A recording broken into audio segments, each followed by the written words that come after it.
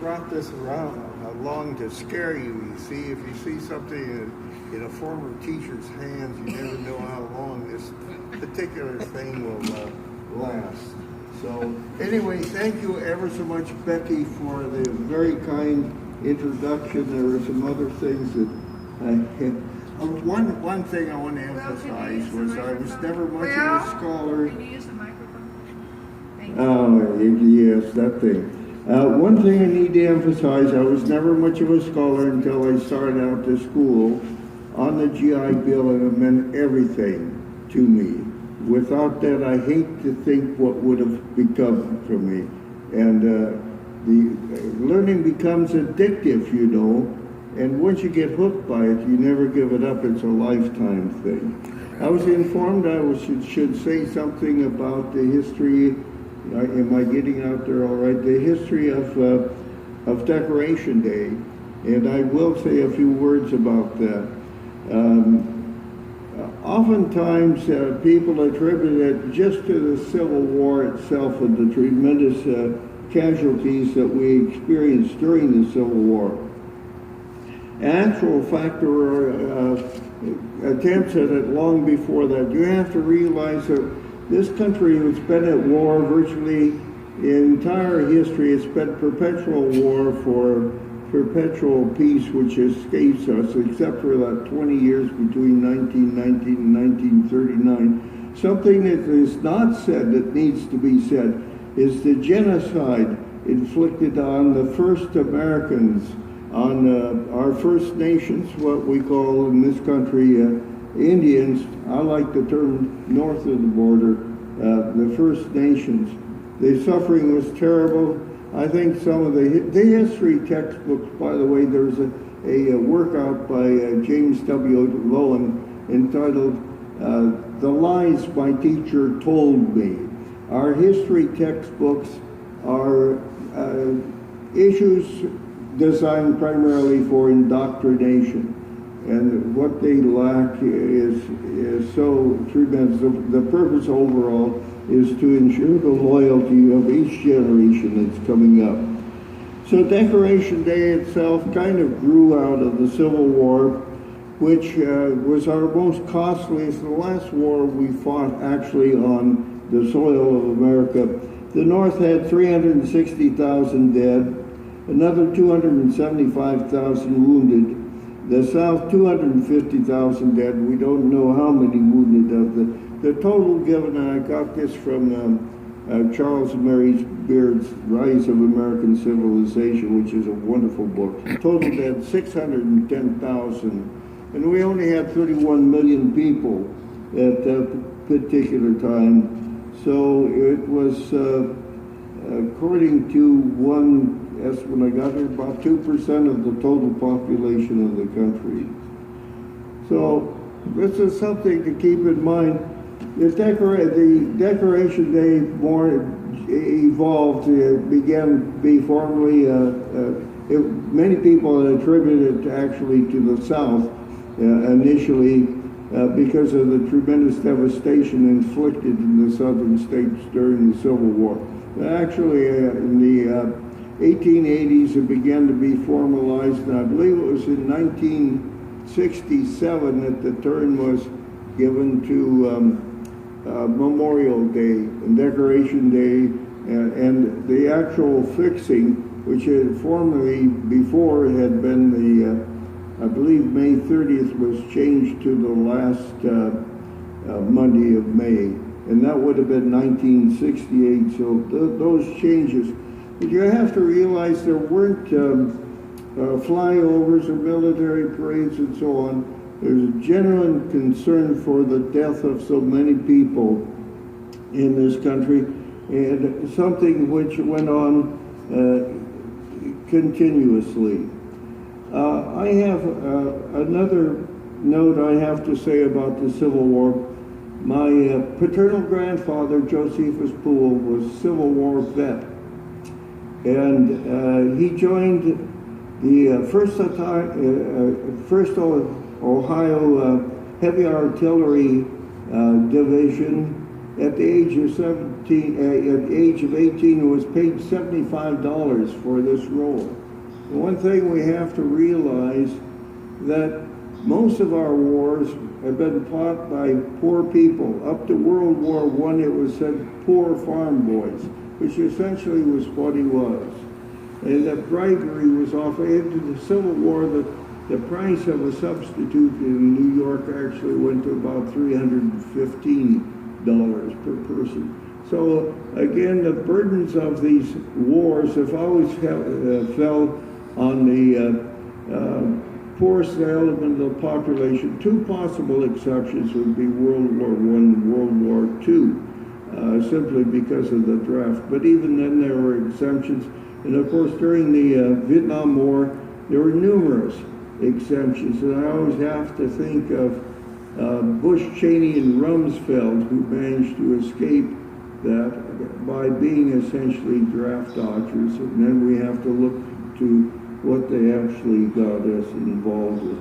As a World War II vet, I feel I owe a tremendous debt to the Russians because of what the cost that they have.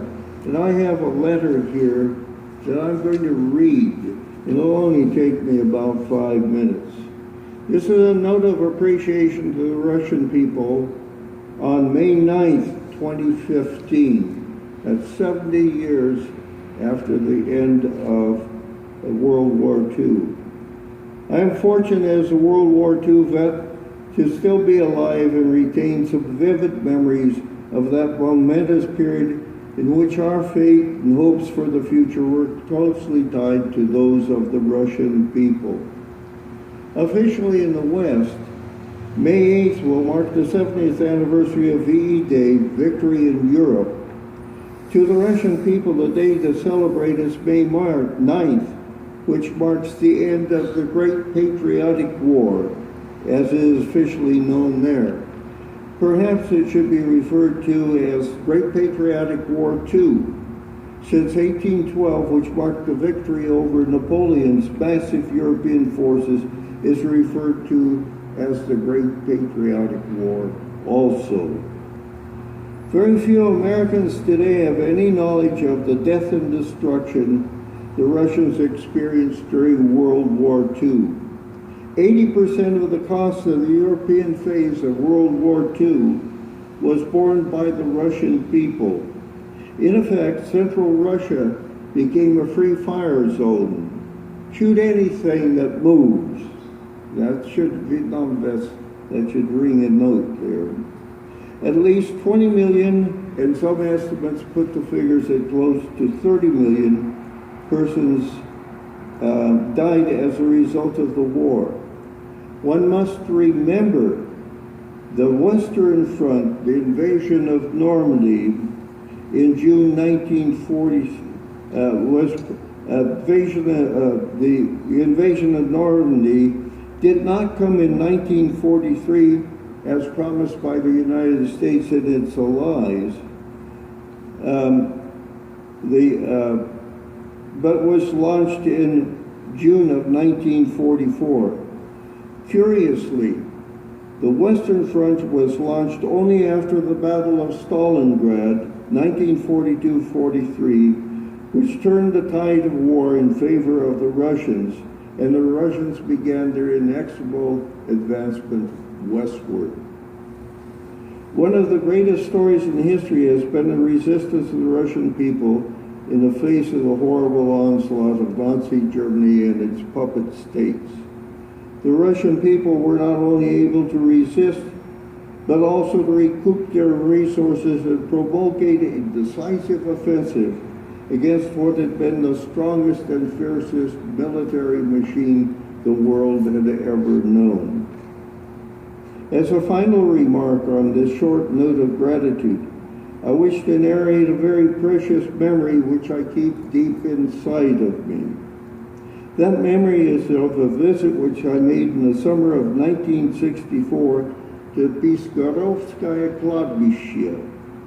Piskarovskaya Kladbishye is the main burial ground for the victims of the siege of Leningrad. present-day St. Petersburg. Over 400,000 persons are buried in a series of burial mounds. The grounds are beautifully planted and meticulously groomed. The entire atmosphere attests to the solemnity and the sanctity of human life in the face of the virtual impossibility of victory. It is impossible for me to impart the feelings the place conveyed to me as I walked past the mounds, pausing here and there to read the commemoratory plaques which gave the details of the nature of the sacrifice. I remember a picture from a newsreel at the time of the siege of a small child pulling a sled with the corpse of another child, possibly a friend or a sibling, across the frozen Neva River to the burial grounds on the other side.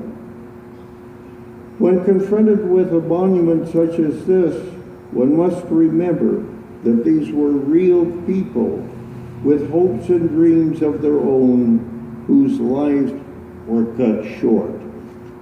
As an American and World War II vet, I feel I owe a debt to the Russian people.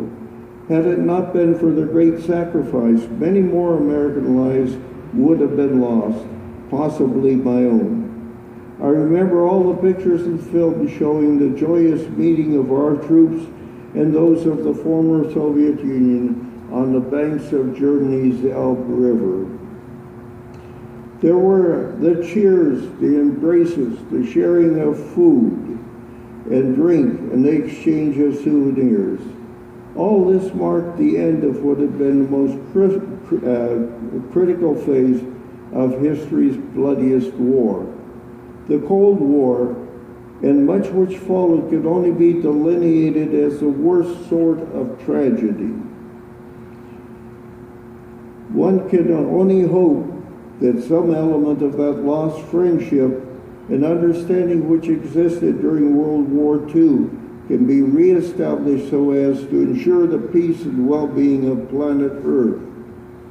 I can only say that during the 8 times I was in Russia on various programs, I was always received with warmth and respect, commensurate with the spirit of friendship.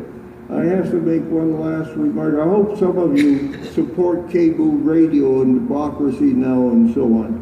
But the International Association of Nuclear Physicists have turned the hands of the clock to 3 minutes before midnight. That's at 11:57. Midnight means nuclear holocaust.